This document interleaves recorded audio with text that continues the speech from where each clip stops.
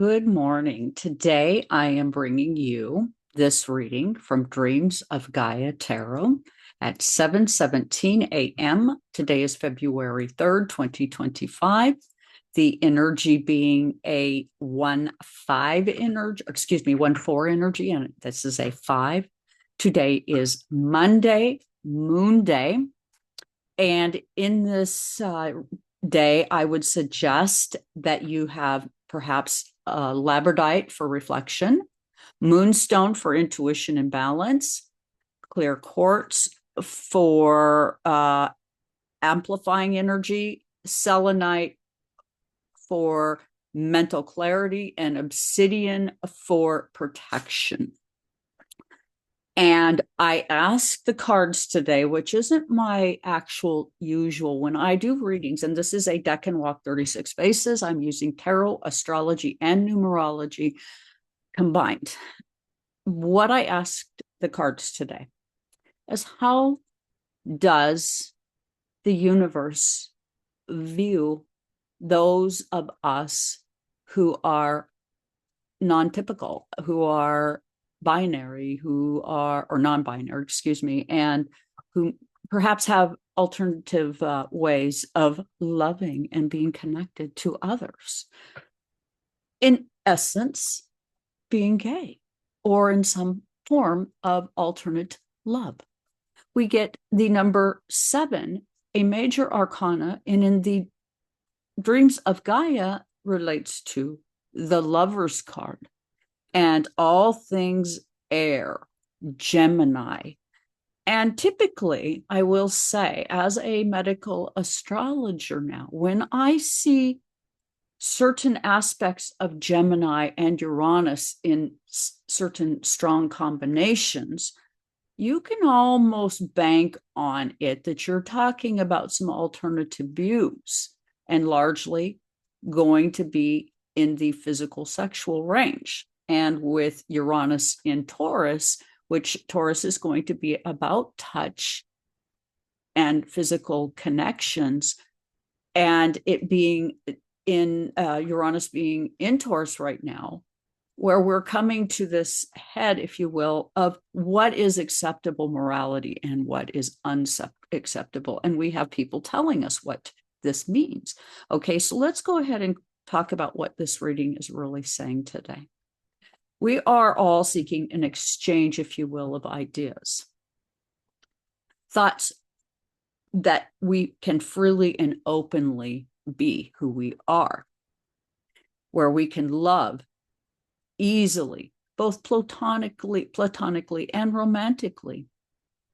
Castor and Pallas, the fixed stars, the twins who hatched from a single egg, were great warriors, deeply devoted to each other.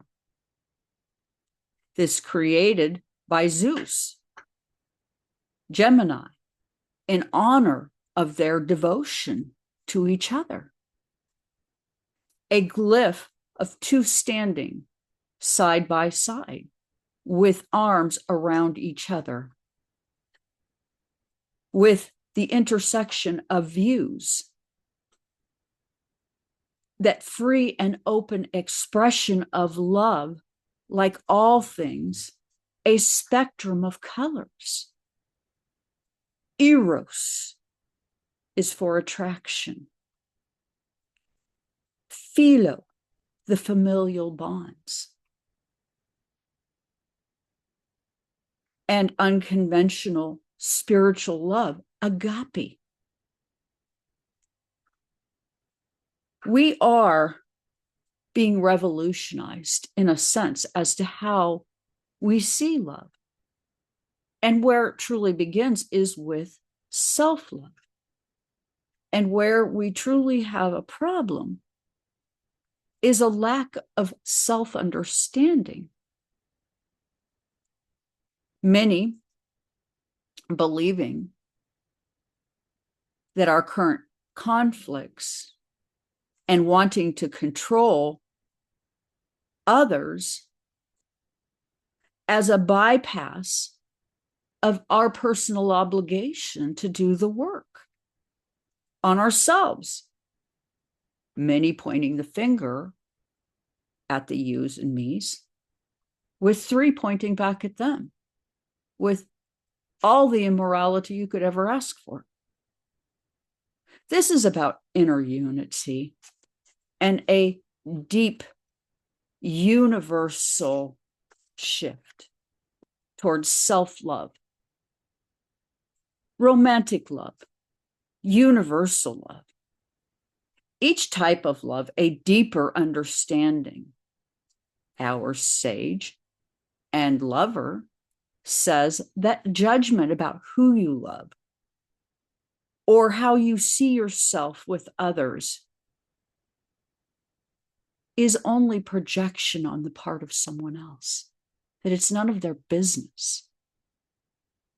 Seek knowledge and understanding rooted in universal truths rather than human bias. We are challenging cultural prejudice at this time and exposing social constructs, not spiritual or, if you will, pious constructs.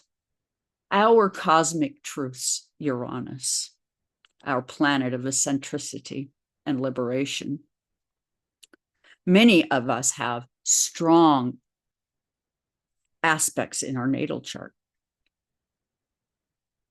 It's our spiritual awakener. And you might want to look and see where your Uranus is at in your chart, because it could help you understand a little better. But currently, Uranus is in Taurus, late in sign, and it is very much telling us we are revolutionizing something about touch and body and comfort and how we go forward, and a sacred sense of diversity, a neutral part of our human experience. As for our thought card, also relating to our star card in major arcana, all things Aquarian, again, relating back to that Gemini energy, if you will. And both Aquarius and Gemini being air signs, Aquarius being fixed, Gemini being mutable. Social consciousness and futuristic thinking. Visionaries, revolutionaries, thinking outside the flea box. Ganymede, our handsome cupbearer of the Greek gods, keeps our cups full of ambrosia, meaning that we are eternal. The waters of life, the nectar of the gods, we drink of immortality. We are an invincible force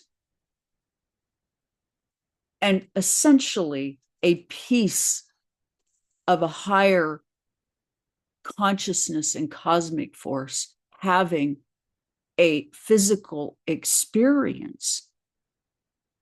And there are those out there attempting to create barriers and tell us what the proper working order of things are.